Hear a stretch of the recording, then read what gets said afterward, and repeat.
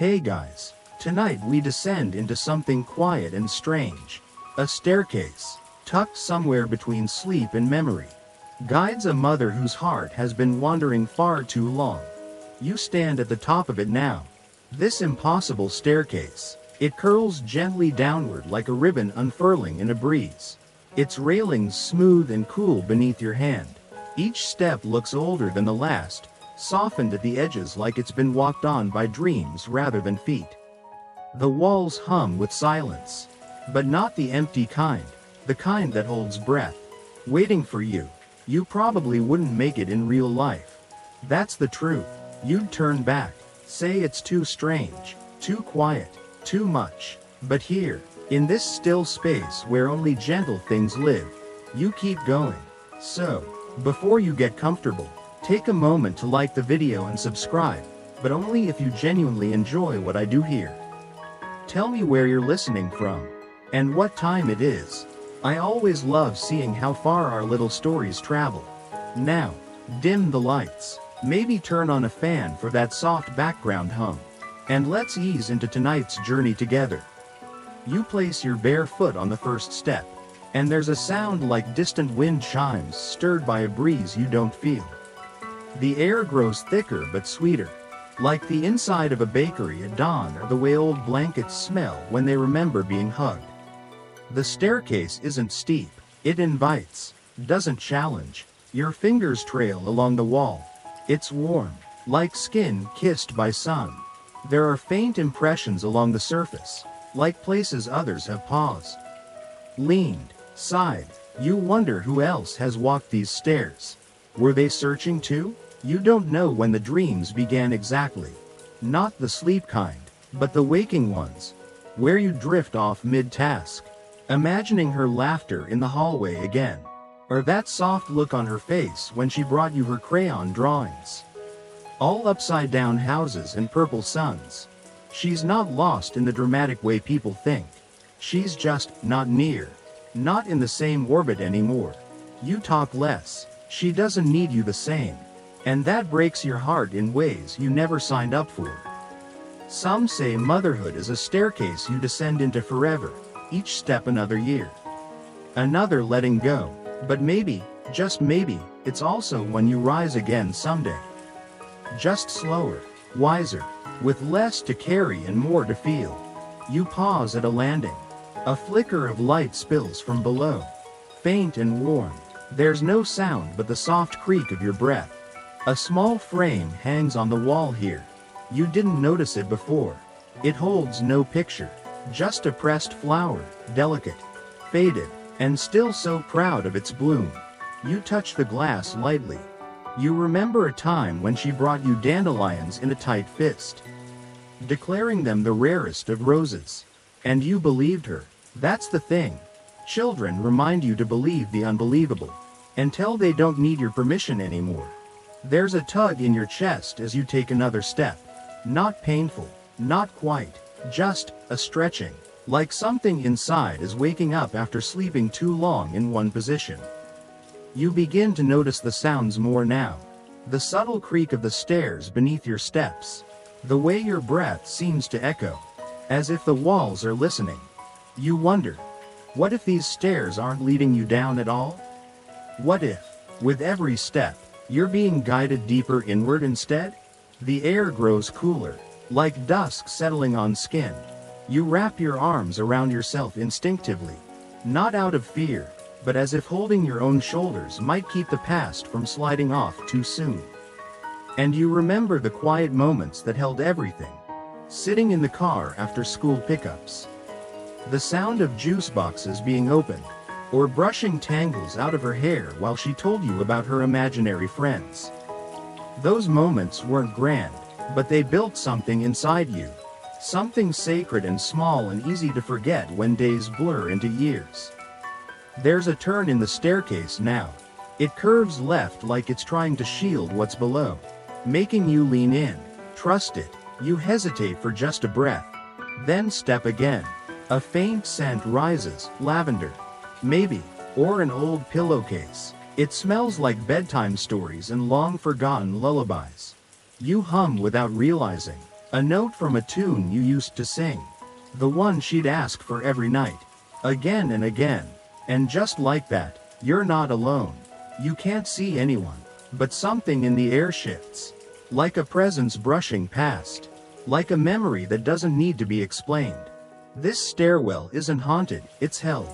Held by every moment you thought was too small to matter. Every sigh you whispered into the dark. You lean your head back. Just for a second. And exhale. It doesn't fix anything. Not really. But it makes room. And sometimes, that's the first step hope asks for. The next step creaks louder than the others. Not startling. Just more alive. As if the stair itself is reminding you that yes, you're still moving. Still here. The walls shift subtly as you descend further. No longer the soft beige of memory. But now a cool gray with soft lilac undertones. Like twilight settling into the corners of a dream. You reach another landing. And here, the air thickens, not with fear, but with feeling. 3 doors line this landing. Each one slightly ajar. You don't open them fully at first. Just peer inside. Like someone tiptoeing through their own past. The first room hums with quiet music. Muffled and sweet. A music box. Maybe. You glimpse a child's room. Not hers. Exactly. Not quite. But enough like it to stir something deep. There's a shelf lined with picture books. The kind you used to read to her while pretending not to cry at the endings. A small stuffed bear rests on the pillow. His threadbare eyes staring into the nothingness like he's waiting to be remembered. You step inside. The air is still, dense with the scent of childhood, talcum powder, wooden blocks, the faint trace of chocolate smudges long cleaned away.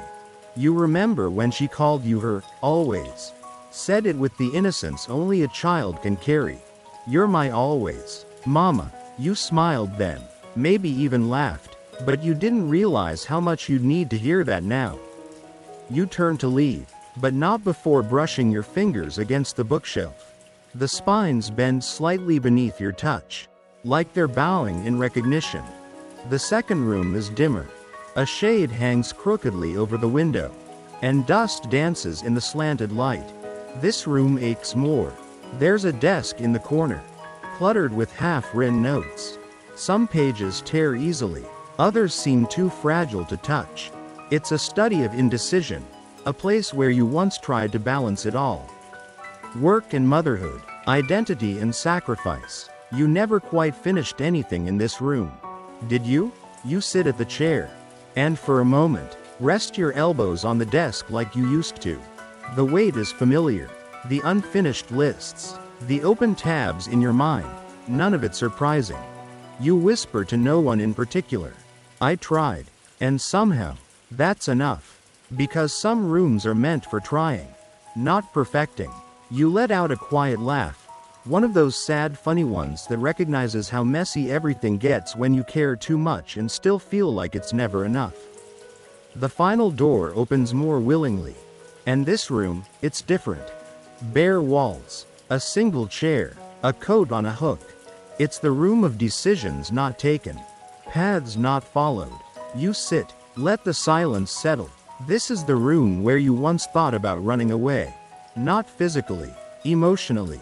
You imagined being someone else, someone lighter, unburdened, someone who didn't ache every time her child grew a little further from her arms. But you stayed, and this room, as empty as it looks, is full of that choice. You stand, stretch gently, and close the door behind you. Not in regret, but in quiet thanks. Back in the stairwell, you notice something has changed. The steps are a deeper hue now, like dusk slipping toward midnight. But they're not dark, just more honest. You descend slower now, not from fear, but from reverence. The further down you go, the more you realize this staircase isn't linear. It folds upon itself. Like the way dreams blur timelines and memories become mosaics. You trail your fingers along the wall again. There's something comforting in the texture, like handmade paper or dried petals. Another small framed object catches your eye. This time, it's a drawing, crayon lines, Uneven but joyful. It's not signed, but you recognize her wild color choices immediately. Blue grass, orange sky, a house floating like a balloon. You smile, and then pause. What if this staircase wasn't meant to lead you back to her, but to the part of yourself that remembers how to hold her gently, without needing to hold on so tightly? It's a question that hangs in the air, sweet and sad and full of softness. Some say grief is a house with infinite rooms, but maybe healing is just the slow walk through them, pausing long enough to hear what each one whispers. You take another step. The railing now feels warmer, almost alive, like someone held it just before you. The metaphor becomes clearer with each breath. You're not chasing her, you're remembering you.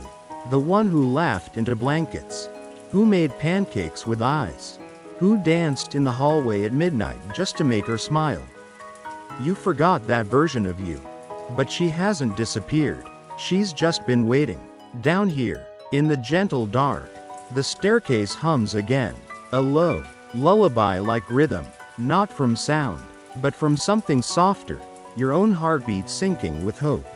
The next curve in the staircase feels different, like crossing from one season into another without stepping outside. The air grows hushed again, but this time, it carries a weight, not heavy, just full. You walk slower, more aware of your own footsteps, like the sound of your soles on the steps is writing something behind you. Then you see it, a mirror, not hanging on the wall like a decoration, but resting against it, casually tilted, as if someone had set it down while cleaning and never picked it back up. The frame is chipped, gold leaf worn away in places, revealing the quiet honesty of aged wood. Its surface is slightly fogged, as if it too is waking from a long dream. You pause. Mirrors can be tricky things in dreams. They rarely show just your reflection. You lean closer. At first, it's just you, only not quite. The lines of your face shimmer slightly, like you're being drawn with watercolors instead of bone and memory. Then, the background shifts. Behind your mirrored self appears a version of your home that no longer exists, tiny shoes by the door, art projects taped to the fridge, a familiar chaos of toys and unwashed mugs. She runs past, just a blur of joy and movement, laughing, that same laugh that used to echo down the hallway, chasing you even when she wasn't trying to. And there you are, behind her, younger, tired, holding a bowl of something, calling her name with half a scold and all your love. You blink, the image lingers, then fades. The mirror fogs over once more, then slowly clears again, this time revealing only you. Not younger, not older, just still. You place your palm on the glass. It's cool, solid, real in the way dreams sometimes feel more than waking hours ever do.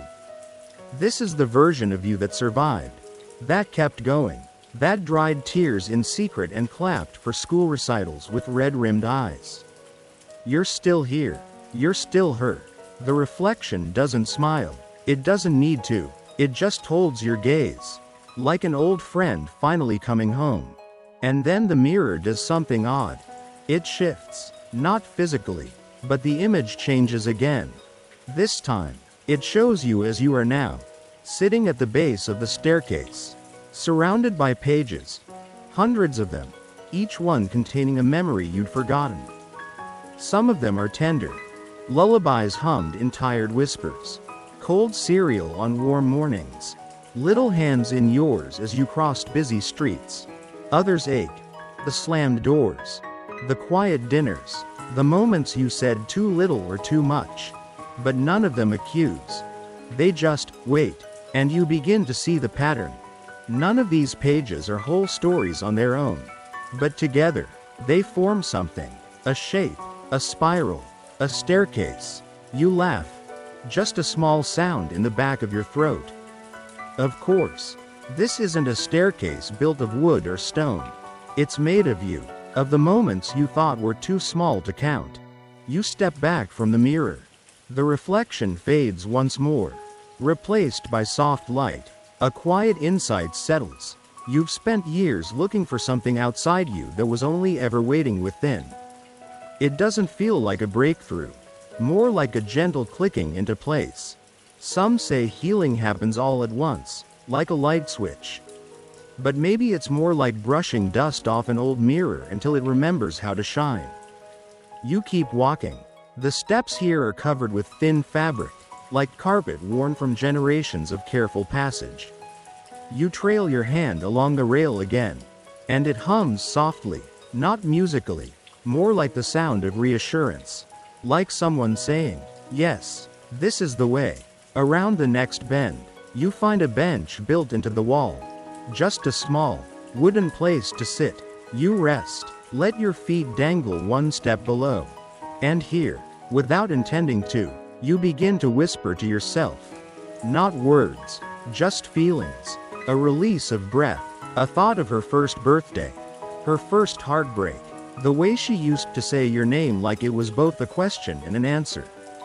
The bench feels like it's always been here, waiting. You imagine what it would be like if she could sit here with you again. Knees tucked under her, asking the big questions in the dark. Why do people stop loving each other? What happens when we forget something really important? You don't have answers, but you do have this staircase, this quiet space, and maybe that's enough for now. Maybe that's the answer. You rise.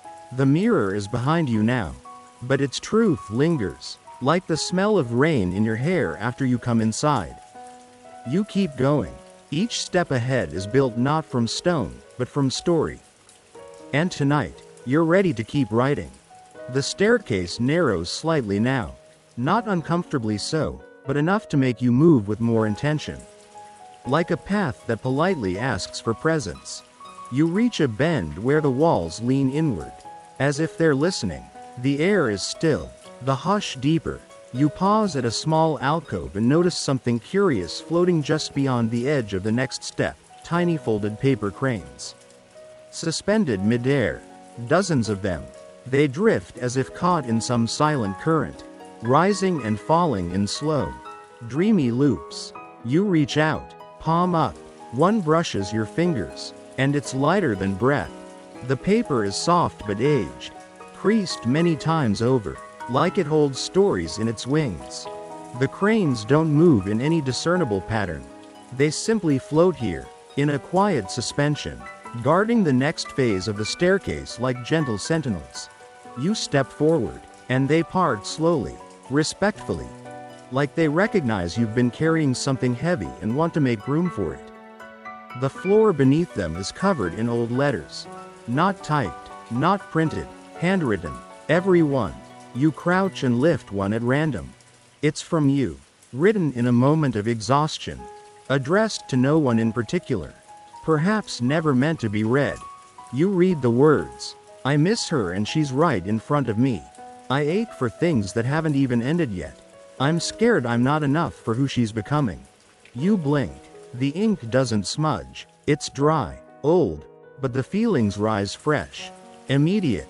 You remember that night, the ache in your bones, the way the silence after she fell asleep felt heavier than the day itself.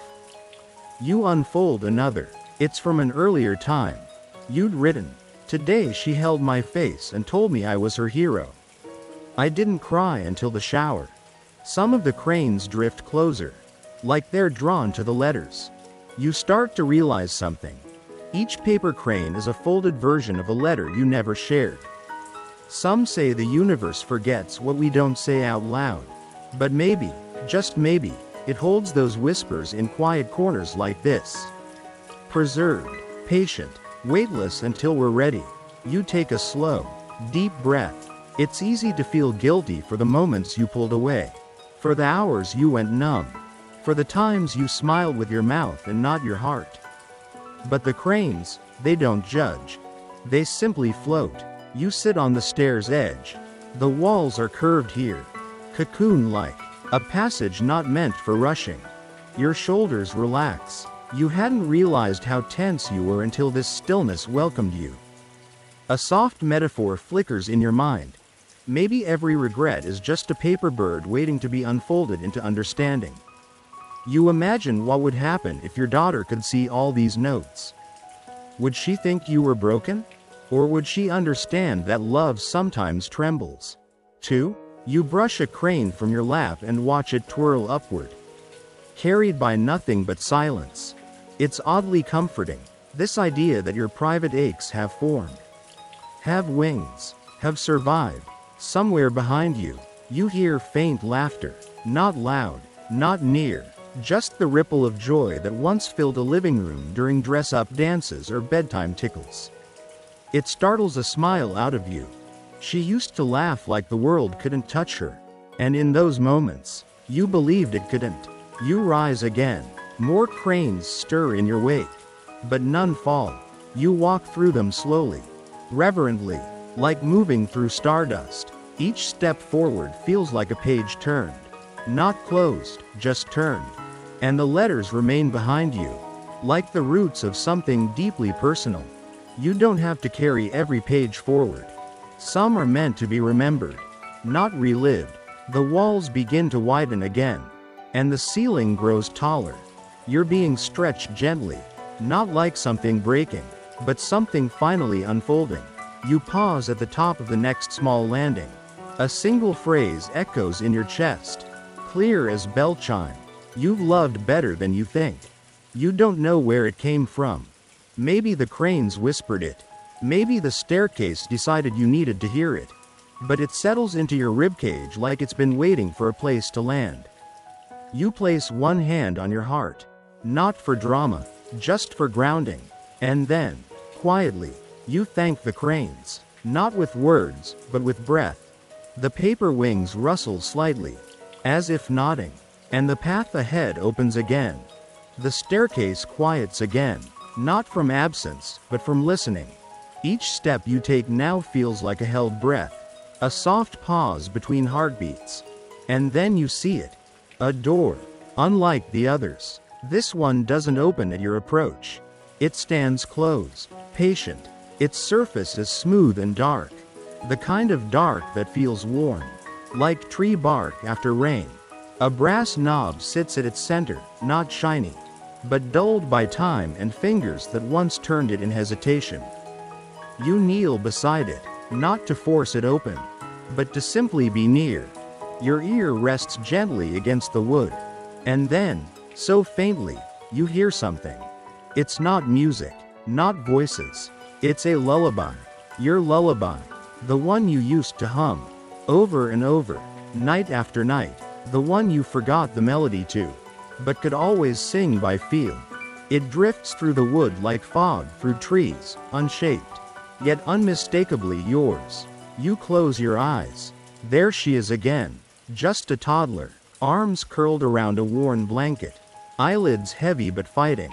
Again, Mama, she whispers. Sing it again. You did, every time, even when your voice cracked. Even when you wanted to cry instead. Because in those moments, you weren't just her mother. You were her rhythm, her certainty, her whole world's soundscape. And now the door plays it back to you. Not perfectly, not clearly, but true. You stay there, kneeling, breathing in rhythm with that ghost melody. Some say sound disappears once it leaves the body. But maybe lullabies live on in the walls, waiting to be replayed when we need them most. You pull back, gently, and lay your hand flat on the wood. The door remains closed, but somehow, it feels open, like it doesn't need to swing wide to let something in. It's a listening door, a keeping door, the kind that holds memories without asking questions.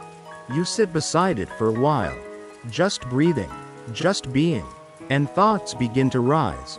Uninvited but not unkind. Like the time she asked why the moon followed the car. Or when she whispered, "Do grown-ups ever get scared too?" You answered her in ways that made sense to a child. But now, sitting here, you answer them for yourself. Yes, grown-ups get scared, especially when their children start needing them differently. You smile, just a little. Because needing differently isn't the same as needing less. That realization wraps around your shoulders like a shawl you didn't know you dropped. You look at the door again.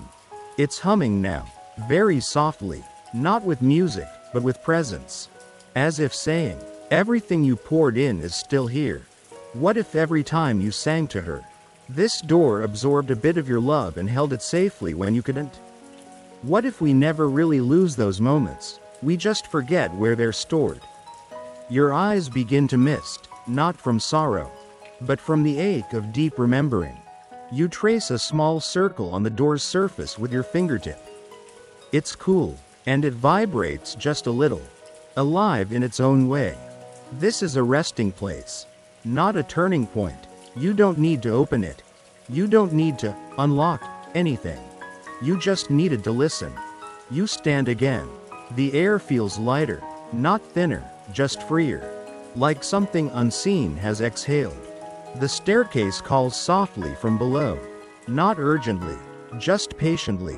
You glance one last time at the door. I remember. You whisper. And that's enough.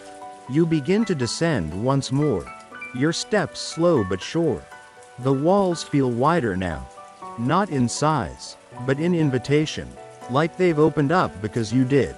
And with every step, you carry something quieter. Not a burden, not a grief, but a kind of peace that lives in melody. A kind of peace that hums when you're ready to hear again. You follow the curve of the stairs. And suddenly, without warning, the steps shift beneath your feet. Not dangerously, not with fear, but like a soft wave beneath a boat. A subtle reminder that not all healing paths are steady. You pause mid-step, your balance teetering. The stair seems to breathe. You shift your weight and it steadies. But it leaves behind a question in your chest. What if the ground never stays still, and that's okay? You step again. Another ripple. Like the staircase is responding to your thoughts. Your weight. Your willingness to move even when unsure. It's disorienting at first. This floating rhythm, like learning how to walk in a dream. The walls no longer hug tight. They open outward, then narrow again. Like breath, inhale, exhale. You think of her again, your daughter, as a toddler. Her first wobbly steps, how she looked at you not for permission, but for reassurance. You gave it, even when you were terrified, even when you didn't know what you were doing. And now, the stairs seem to ask, can you offer that same reassurance to yourself? You grip the railing lightly, not out of fear, but connection. It, too, sways gently, not wildly, just enough to remind you that even things meant to hold us need flexibility. The staircase turns again, and suddenly, the space opens into a small chamber carved into the wall. Here, a low platform rises slightly, a place to sit. A cushion waits, and above it, dangling from nothing visible, is a small mobile, not the plastic kind. This one is made of twigs and soft string and bits of ribbon, like something handmade by someone who didn't have much, but gave everything. It turns slowly, casting soft shadows. One shape is a star, another, a spoon, a tiny hand, a house. You watch it for a while. You don't need to assign meaning. The quiet is the meaning. You sit, let the movement around you continue. And for the first time, maybe in a long time, you say nothing. You just feel. The swaying of the stairs is like a heartbeat now. A rocking.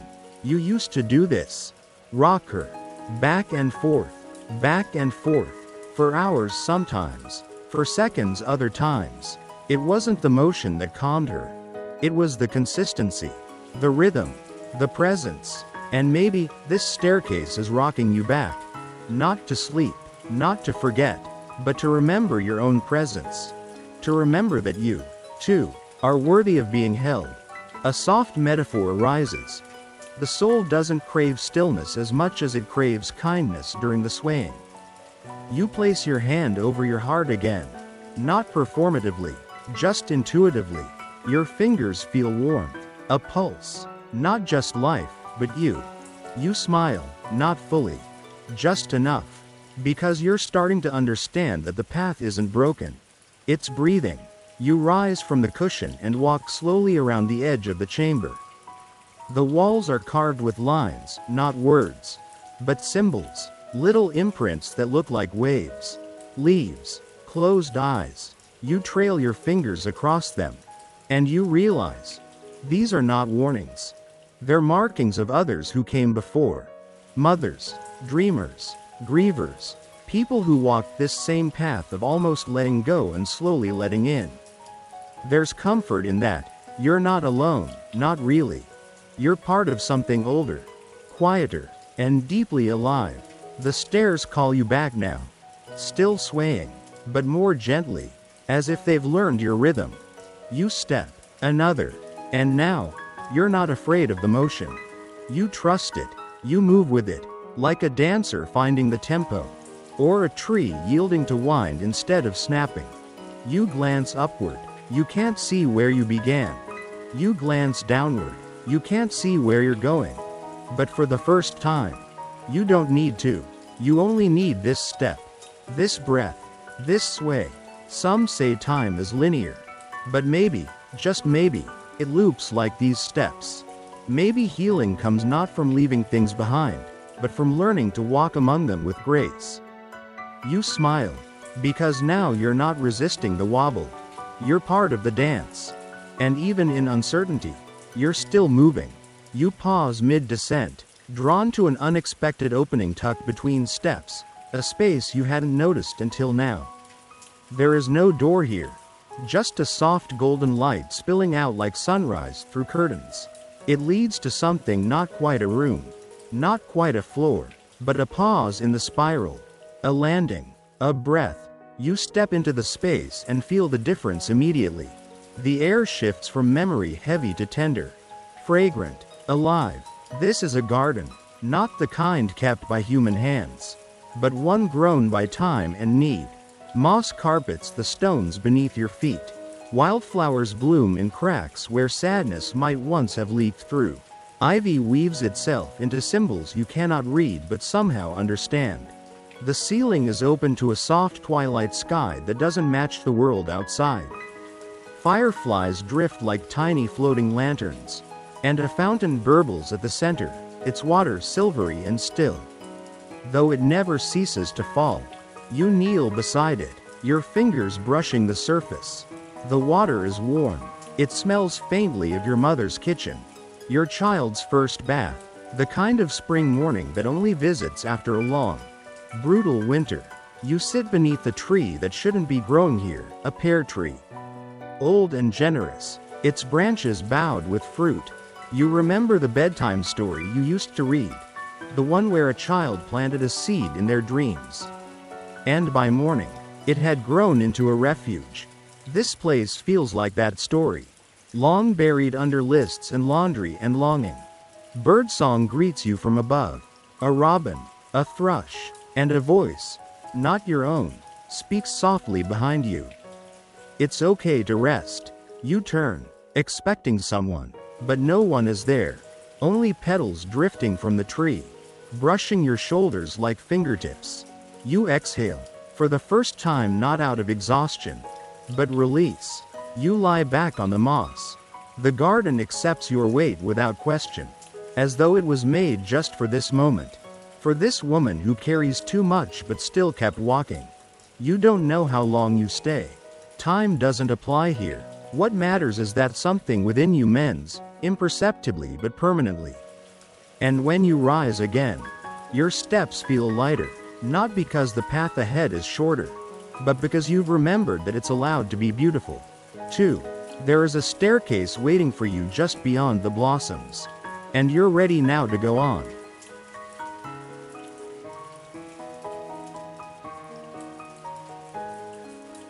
As you step back onto the staircase, your hands brush the walls like greeting an old friend.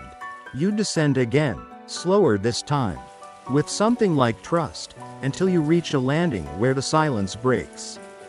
You hear laughter, not just any laugh, hers, high and unfiltered, the kind of laughter that used to spill out of your daughter when she was small, when she didn't yet know to hold it in. The sound rolls under the door like warm thunder, startling your heart into stillness. You reach for the handle, and your fingers hesitate, This room feels sacred. You push it open gently. Inside, the world is brighter. Sunlight drenches the wooden floorboards. Curtains puff in a wind that seems to have arrived from childhood summers. And in the center of the room, toys. Scattered, forgotten mid-play. Building blocks, dolls, crayons still uncapped. A chair tipped over in the rush of imagination. And there she is, small, radiant, completely unaware of you. She dances in circles, arms out, giggling at something invisible to anyone but herself. Her hair a mess, her knees scraped, her shirt backward. She is joy in motion.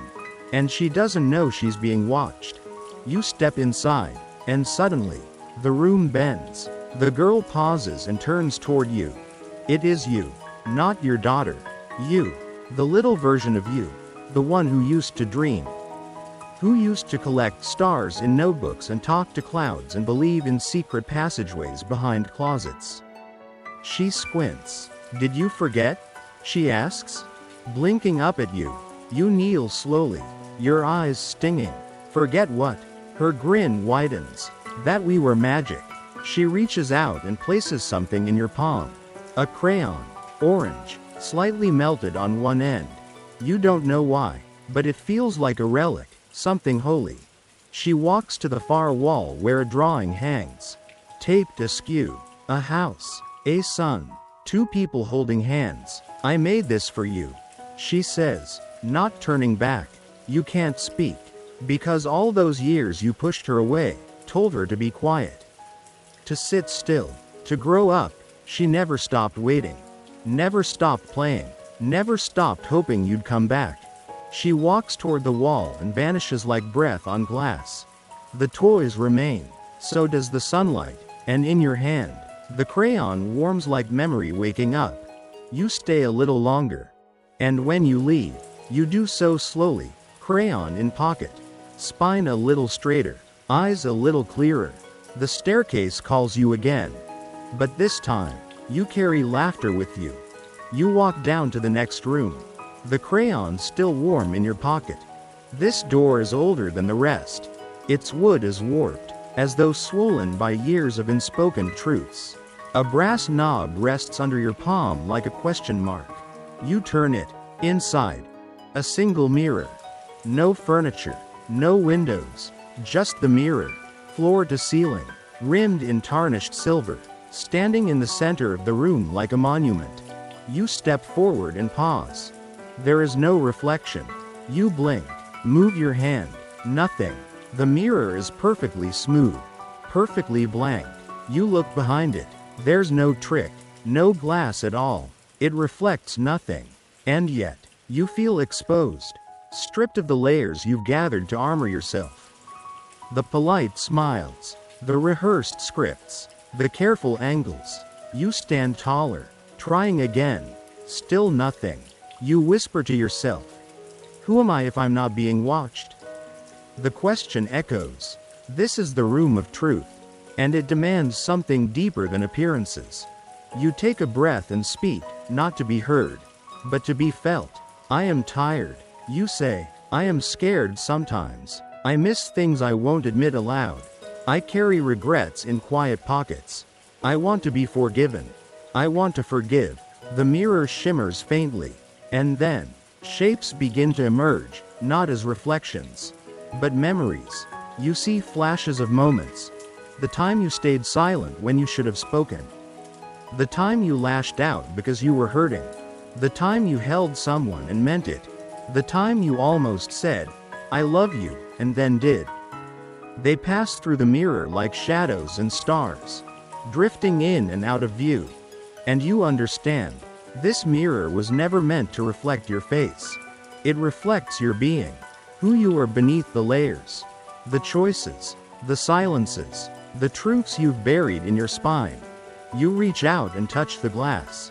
It ripples gently, like the surface of still water just kissed by wind. And you feel it in your chest, a loosening. You've seen yourself, not as the world sees you, but as the world should.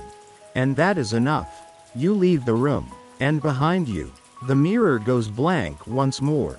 Because it was never about being seen. It was about finally seeing yourself. You arrive at a hallway narrower than the others. Its walls draped in a kind of hush that makes your steps feel loud even though you tread lightly. At the end of the corridor is a small door. You know this door. Your stomach tightens. It's the door you closed a long time ago, perhaps when you were too young to understand, or too hurt to face what lay behind it.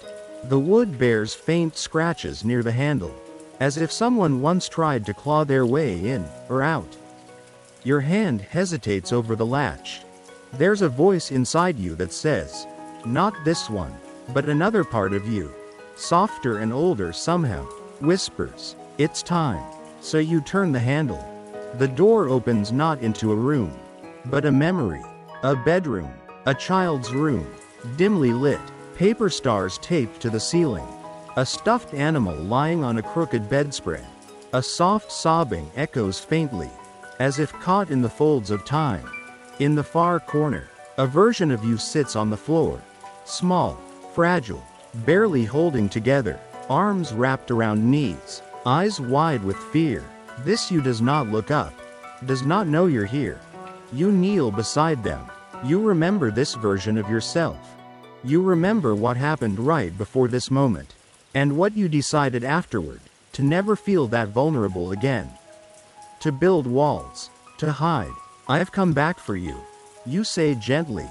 The small you flinches, unsure, but you don't rush. You simply sit, patient, present, offering safety not in words but in the quiet of your breath beside theirs. Minutes pass, or years. Finally, the child lifts their eyes, and you recognize the ache in them, the longing, the buried hope. "I thought no one would come," they say. You take their tiny hand. "I didn't know how," you reply, voice trembling. "But I do now." You gather them into your arms. They are weightless, like memory, and yet they feel more real than anything you've carried all this time. As if a part of you has been waiting for permission to return home. And just like that, the room begins to dissolve. Not in a burst or a blink, but as if it's being folded back into you. You are no longer two. You are one again, whole. The door closes behind you, not with a thud, but with the gentle sigh of something finally forgiven. You step back into the hallway feeling taller, not because you've grown, but because you've reclaimed something precious that had been missing. And the world inside you feels a little more complete. The hallway gently curves, leading you out toward a soft circle of golden light, an indoor garden that shouldn't exist within the walls of this place. And yet it does. At the center is an old wooden bench beneath a tree that looks like it has existed for centuries. Its bark is silvery gray, and its roots spread out beneath the floor like veins beneath translucent skin. Leaves drift down slowly in spirals. Even though there's no wind, everything here feels like it's breathing with you. You approach the bench and pause before sitting. This, too, feels familiar. You once dreamed of this bench, or maybe sat here once in another version of your life, when you still believed time could be paused if you sat quietly enough. Long enough, with someone who truly saw you. You sit. The tree hums. Across from you, on the other side of the bench, sits a person, not young, not old. Their face is soft with age and clear with youth. Their eyes meet yours and you see yourself again. But this time, it's not the wounded child or the grown survivor. It's the version of you who stayed curious, who never gave up the quiet courage to feel deeply. You speak no words. There is no need. Instead, you both look out at the garden and remember the lives you've lived, the heartbreaks you've carried like wildflowers pressed between book pages, the decisions that redirected everything, the people you still carry in your smile or in the silence between your breaths. Time doesn't move here. It just is. You feel the weight of years. Yet you don't feel old. You feel the ache of loss. But not in a painful way. It's the ache of being alive, of having loved, of having tried. The version of you across the bench reaches out and places a hand over yours. "I waited here," they say softly, Because I knew you'd come. You nod, unable to speak, and then you do something you haven't done in a long time. You laugh, not because something is funny, but because something inside you unclenches. A tiny fist you didn't realize you were making finally opens. You stay on the bench for what feels like forever, or maybe only a moment, and when you rise to leave, the other version of you remains, smiling, calm, like a lighthouse you can always return to. As you walk away, the tree behind you lets a single leaf fall, and it lands gently on your shoulder. A reminder that not all time has to be hurried. Some moments are meant to be lived slowly, fully. Some benches are worth returning to, even if only in memory. The hallway narrows again, then opens into a quiet chamber bathed in the kind of light that seems to come from within the walls themselves, warm, golden, forgiving. There's nothing elaborate in this room. No towering shelves, no ticking clocks, no doors to hide behind. Just a single wooden chair in the center, and an echo that waits patiently, like a listener who never interrupts. You know what this is. It's the room of truth. Not the kind that's demanded from you with pressure or punishment, but the kind that only comes forth when you're ready, when the weight of carrying silence finally becomes heavier than the fear of being seen. You walk to the chair slowly, almost reverently, as if approaching a sacred place. And in many ways, it is, because here, for once, you don't need to perform. You don't need to pretend. You sit, and the stillness invites you to speak.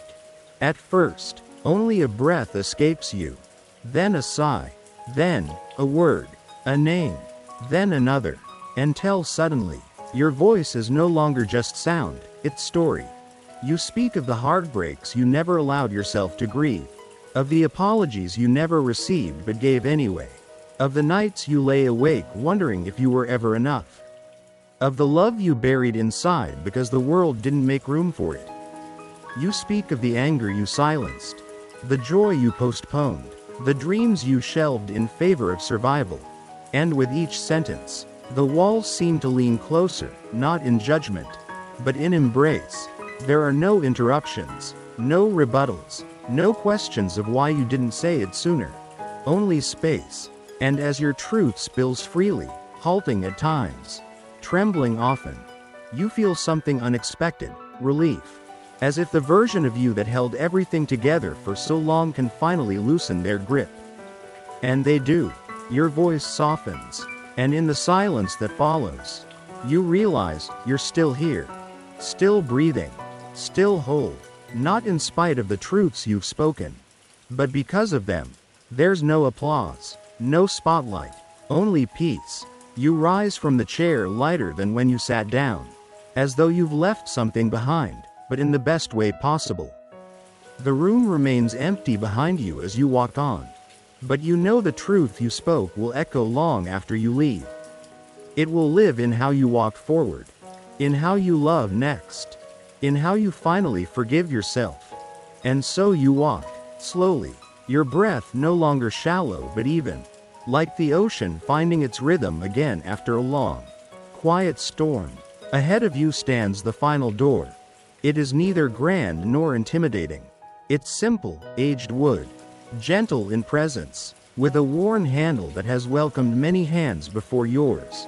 You approach it not with urgency, but with reverence. All along this journey, you've faced shadows and truths, regrets and revelations. You've met your younger self, your wiser self, the echoes of who you were, and the hopes of who you might yet become. And now, standing here, you realize something. This final door was never locked. It never required a key. Only readiness, only courage, only you. You reach out, and the handle turns effortlessly beneath your touch. The door opens with a quiet creak, not into brilliance or glory, but into something far more extraordinary. Peace. A vast field, bathed in golden light, gentle wind carrying the scent of morning. A horizon that holds no expectation, only invitation. You step outside barefoot, the earth beneath you soft and sure. There is no applause, No thunderous music, no grand declaration, just the quiet hum of the world welcoming someone who has returned to themselves. And in that stillness, you understand, you were never broken, you were never too late, you were never anything less than becoming. This journey wasn't about fixing what was wrong with you. It was about remembering what has always been right. You sit beneath a tree, one that feels oddly familiar, as if it grew from your own memories. And as you rest your back against its trunk, you exhale in a way that tells the universe, I'm home now, not because everything is perfect, but because you are present, whole, here. You close your eyes, and in the quiet that follows, you don't fall asleep, you fall inward, into stillness, into self, into peace that no longer has to be earned, only lived, only loved, only allowed, and that is enough.